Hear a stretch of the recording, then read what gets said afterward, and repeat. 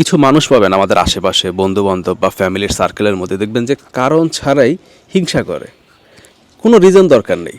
But যে কোনো সফল ব্যক্তি তার বন্ধুবান্ধব আত্মীয় স্বজন তার আশেপাশে যে থাকে, তাদের দেখলেই না তার মনে হয় কি হিংসা করতে হবে। ভাই এই মানুষগুলোর কেমন হয় জানেন, তার ধারণা যে সবার থেকে তার ভালো হইতে হবে।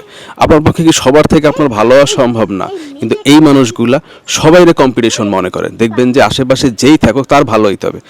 ধরেন ওই ব্যাটা আর্টসে পড়ছে, কিন্তু ওর সার্কেলে যে ডাক্তার আছে তার সাথে ওর হিংসা। আরে ভাই ও ডাক্তার হয়েছে, তুই কি পারছিস? তুই তো আর্টসের স্টুডেন্ট, তুই ডাক্তারের সাথে কম্পিটিশন কেমনে দেস না? ওর দিতে হবে। সার্কেলে যত দুনিয়ার মানুষের সবাই, ওর একটা ধারণাই থাকে যে পৃথিবীতে একমাত্র ও ভালো থাকবে, ওর আশেপাশে যারা আছে সবাই খারাপ থাকতে হবে।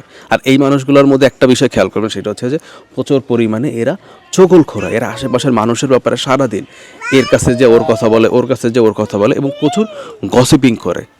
এই মানুষগুলোর তেমন কোনো একটা অ্যান্টিবায়োটিক নাই যেগুলোর আসলে ধ্বংস করা যায়। এগুলোর থেকে সিম্পলি জাস্ট দূরে থাকতে হবে, অ্যাভয়েড দেম।